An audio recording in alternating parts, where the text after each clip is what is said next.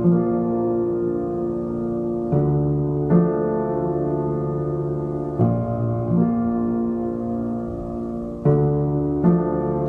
you probably noticed I don't feel about that war the way we were told we were supposed to feel about that war, the way we were ordered and instructed by the United States government to feel about that war.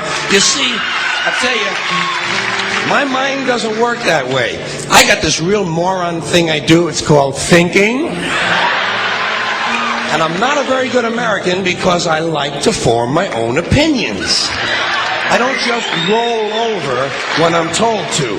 Sad to say, most Americans just roll over on command. Not me. I have certain rules I live by. My first rule, I don't believe anything the government tells me. Nothing. Zero. Nope.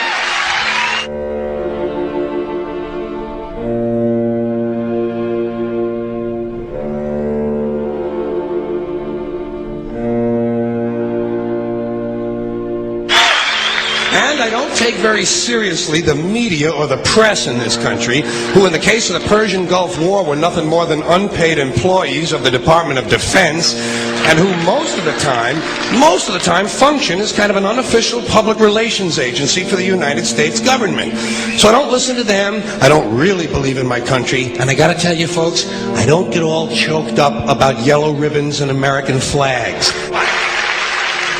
Now, to balance the scale, I'd like to talk about some things that bring us together. Things that point out our similarities instead of our differences. Because that's all you ever hear about in this country is our differences. That's all the media and the politicians are ever talking about, the things that separate us, things that make us different from one another. That's the way the ruling class operates in any society. They try to divide the rest of the people. They keep the lower and the middle classes fighting with each other so that they, the rich, can run off with all the fucking money. Fairly simple thing, happens to work. You know, anything different, that's what they're going to talk about. Race, religion, ethnic and national background, jobs, income, education, social status, sexuality, anything you can do, keep us fighting with each other so that they can keep going to the bank. You know how I describe the economic and social classes in this country? The upper class keeps all of the money, pays none of the taxes. The middle class pays all of the taxes, does all of the work. The poor are there just to scare the shit out of the middle class. Keep them showing up at those jobs. Politicians know that word. They use it on you. Politicians have traditionally hidden behind three things: the flag, the Bible, and children. No child left behind. No child left behind. Oh, really? Well, it wasn't long ago you were talking about giving kids a head start. Head start? Left behind? Someone's losing fucking ground here.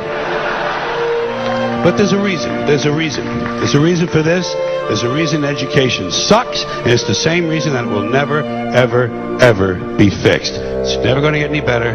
Don't look for it. Be happy with what you got. Because the owners of this country don't want that. I'm talking about the real owners now.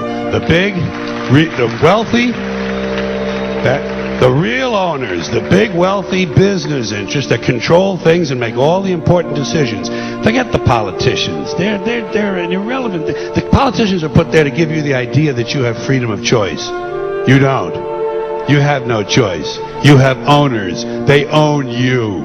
They own everything. They own all the important land. They own and control the corporations. They've long since bought and paid for the Senate, the Congress, the state houses, the city halls. They got the judges in their back pockets, and they own all the big all the big media companies. So they control just about all of the news and information you get to hear. They got you by the balls. They spend billions of dollars every year lobbying to get what they want. Well, we know what they want. They want more for themselves and less for everybody else. But I'll tell you what they don't want.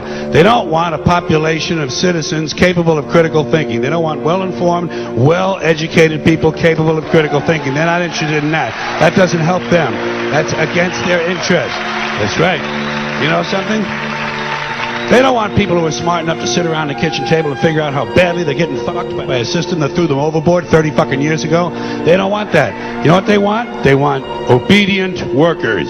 Obedient workers, people who are just smart enough to run the machines and do the paperwork, and just dumb enough to passively accept all these increasingly shittier jobs with the lower pay, the longer hours, the reduced benefits, the end of overtime, and the vanishing pension that disappears the minute you go to collect it. And now they're coming for your Social Security money. They want your fucking retirement money. They want it back so they can give it to their criminal friends on Wall Street. And you know something? They'll get it. They'll get it all from you sooner or later, because they own this fucking place. It's a big club, and you ain't in it.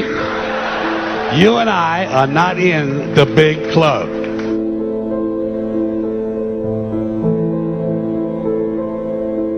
The greatest form of control is where you think you're free when you're being fundamentally manipulated and dictated to. One form of dictatorship is being in a prison cell and you can see the bars and touch them. The other one is sitting in a prison cell but you can't see the bar, you think you're free. What the human race is suffering from is mass hypnosis. We are being hypnotized by people like this. Newsreaders, politicians, teachers, lecturers.